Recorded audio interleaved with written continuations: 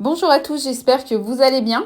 Alors ça y est, Nabil a publié l'épisode 2 sur Dylan et Fidji, sauf qu'il ne nous apprend rien de nouveau et demande simplement de porter plainte contre eux, sachant que ça y est, ils sont partis vivre à Dubaï. Ensuite, Nabil a répondu brièvement à Marc Blatta qui un peu plus tôt l'a clashé sur Baby Driver sur sa story.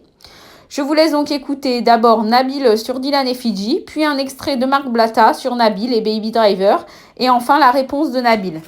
Écoutez bien la vidéo jusqu'au bout pour avoir tous les détails, et à la fin, une brève réponse de Baby Driver. Dites-moi ce que vous en pensez en commentaire et pensez à liker et à vous abonner. J'espère que vous allez bien. Donc je reçois tout à l'heure des captures d'un proche de Dylan qui me dit, tu sais Dylan te déteste, il parle de toi en mal constamment. Si il te parle correctement, c'est juste parce qu'il a peur que tu sortes des chaussures. Et au final, je voulais répondre en direct puisque je sais qu'il regarde la story. Que tu m'aimes ou que tu m'aimes pas, je m'en fous. Moi, en bien ou en mal, je m'en fous aussi. Par contre, que t'arnaques de jeunes gamins innocents, que tu te foutes de la gueule de ta communauté, ça je m'en fous pas. D'ailleurs, hier je vous ai mis une conversation de Dylan et moi et à la fin, le dernier message, je lui ai demandé de m'envoyer une adresse pour vous, pour que vous puissiez renvoyer vos écouteurs cassés ou faire vos réclamations ou demander vos remboursements. Et jusqu'à présent, Dylan avait toujours été de très bonne foi en répondant à mes questions, même si au final il n'a pas respecté sa parole parce qu'il avait promis qu'avant le 30 tous les problèmes seraient réglés, sachant que ça fait 4 mois que ça dure et qu'au final rien n'a été réglé.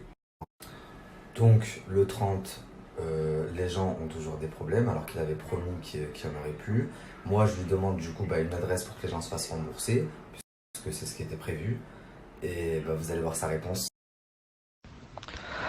Salut Dylan, je vais t'envoyer pas mal de numéros de commande et je voulais aussi savoir à quelle adresse physique est-ce que les clients peuvent renvoyer leurs commandes s'ils ont reçu leur commande cassée ou pas en bonne due forme.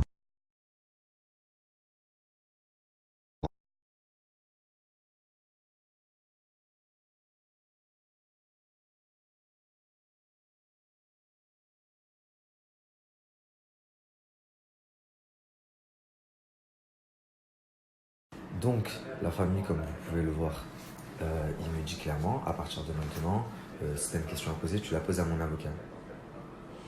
Donc, parce que tu as menacé dans ta story que tu allais balancer des dossiers. Non mais tu rigoles ou quoi? La première fois que j'ai parlé de ça, j'ai dit dans ma story, je vais balancer des dossiers s'il ne régularise pas sa situation, puisque tu escroques les gens ouvertement. Et toi tu m'as dit avant le 30, tout sera régularisé. Au final, le 30 ce n'est pas régularisé, j'ai juste gardé le même discours que j'avais depuis le départ en fait. Et toi, là, parce que tu es dans une impasse et que tu sais que les gens ne vont pas recevoir leur colis et que ça va rester comme ça pendant un moment, tout simplement à cause du virus, je vous explique la famille. Surtout là, en ce moment, dans les jours qui vont venir, ça va vraiment être bloqué. Mais tous les produits chinois que les influenceurs vous vendent vont être bloqués à Wenzhou. Donc tous les produits AliExpress chinois, enfin tous les produits que les influenceurs vous vendent qui viennent de là-bas sont bloqués à Wenzhou. L'accès est complètement bloqué à cause du virus Corona.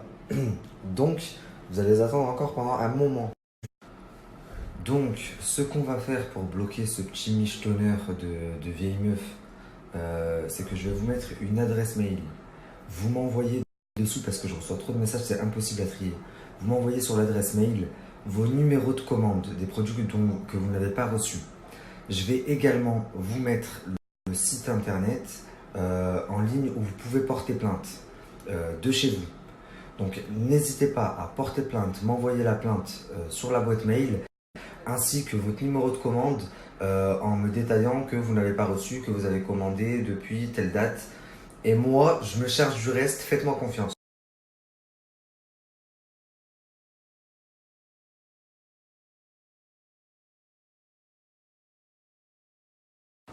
Bon, la famille, il faut absolument que tous ceux qui se sont fait arnaquer, qui ont reçu des AirPods cassés, qui ont été lésés, qui n'ont toujours pas reçu leurs produits, vous alliez déposer plainte. En ligne, ça vous prend 5-10 minutes. Vous me l'envoyez par mail à l'adresse que je vous ai mis juste avant, avec votre numéro de commande et je me charge du reste. Voilà, faut savoir que c'est quelqu'un, si on ne le force pas à rembourser, il ne remboursera pas. Moi, je savais que le 30, il y a des personnes qui n'auraient pas reçu parce que je savais que ça allait être bloqué de toute façon. Mais je l'ai laissé aller là où il voulait qu'on aille. Ok, si tu veux, on va jusqu'au 30. Dans tous les cas, ce que je devais sortir, je vais le sortir. Et quand je vous dis que c'est un michto, c'est vraiment un michto. Il faut savoir que la famille de Fidji ne peut pas se le voir. Elle peut pas se le voir. C'est Fidji qui paye tout. Il lui met une pression psychologique de malade. Il a fait croire à toute la France qu'il lui avait acheté une voiture alors que la pauvre, elle s'est payée sa voiture elle-même. Mais c'est pas grave. Rappelle-toi bien de mes dires. Au final, tu as voulu la mettre à l'envers à tout le monde. Les gens qui t'ont fait confiance. Moi-même, tu as voulu me balader. Tu m'as dit le 30, alors je savais pertinemment que le 30, il n'y aura rien. Tu vas voir qu'au final, tu vas le regretter. Tu vas le regretter. Tu vas te dire, j'aurais dû bien me comporter avec eux. Parce que là, t'es pas prêt des dossiers que je vais sortir de toi. J'ai des gens de ta famille, tellement que t'es peu aimé, ta famille te déteste, qui m'appellent pour me donner des dossiers sur toi. Tu as voulu les mettre au quart plat et ça y est, il y a des gens, ils sont arrivés, ils sont juste protégés comme des. Qu'est-ce qu'il y a? Ils t'ont menacé, ils t'ont fait une dinguerie? Non, ils sont restés dans leur coin, ils sont arrivés, ils sont partis, machin, voilà, nous on nous a menacé, on nous a dit ça, on veut se protéger, fin de l'histoire. C'est ça la vraie histoire et tout le monde le sait. Donc essayez de pas de dire ouais, truc, je sais pas quoi. Les gens ils se défendent normalement. Les gens ils se défendent normalement avec la loi et tout ça ne serait pas arrivé si t'avais pas fait des feats bizarres avec Dracula qui t'a mis des grandes disquettes. Ouais, viens on fait ça, viens on fait ça, viens on fait ça. En plus. Va bien, que ton mari, tes enfants, tout le monde va bien. Qu'est-ce que je voulais te dire? Là, ce soir, avant de dormir, je vais leur dire que demain, je vais leur parler du concours. Donc demain, je vais leur expliquer tout ce qui s'est vraiment passé et le pourquoi du comment, pourquoi j'ai pensé que vous aviez arnaqué les gens. Donc demain, j'en parle sûr et certain. Par contre, je vais en parler dans la journée. Il faut absolument que le même jour, dans la même story, le soir, je lâche un gros. En lâchant le gros dossier, ben forcément, ça va faire le tampon. Je sais pas si tu vois ce que je veux te dire. Parce que si je lâche juste Marc Nadé, c'est pas des escrocs et c'est tout, ça va me retomber en pleine face. Même si en soi, je dis la vérité, tu vois, et que les gens vont me dire c'est bon, t'es un vendu, t'as. Par contre, si par derrière je lâche un gros dossier sur Nabila ou autre. Donc je t'ai dit, à chaque fois que tu vas parler, on va t'expliquer. De 1, t'as voulu être mon stagiaire, t'étais un fan de moi. Et de 2, t'es en train de dire aux gens, tu continues à leur dire, ouais, les blatas, les escrocs, nanani, nanana. Alors qu'on a des notes de toi qui est en train de nous dire, ouais, je sais ce qui s'est passé, la famille, mais vas-y quand même, t'as vu, je peux pas dire à ma communauté que je peux pas leur dire ça. Moi, c'est mon fond de commerce. Grâce à ça, j'arrive à parler de mon parieur sportif, j'arrive à parler de mon pronostiqueur, j'arrive à parler de mon truc de coaching, etc., mes salles de mariage et tout. T'as vu, il y a un peu de bif à prendre. Donc t'as vu, je peux pas dire quand même.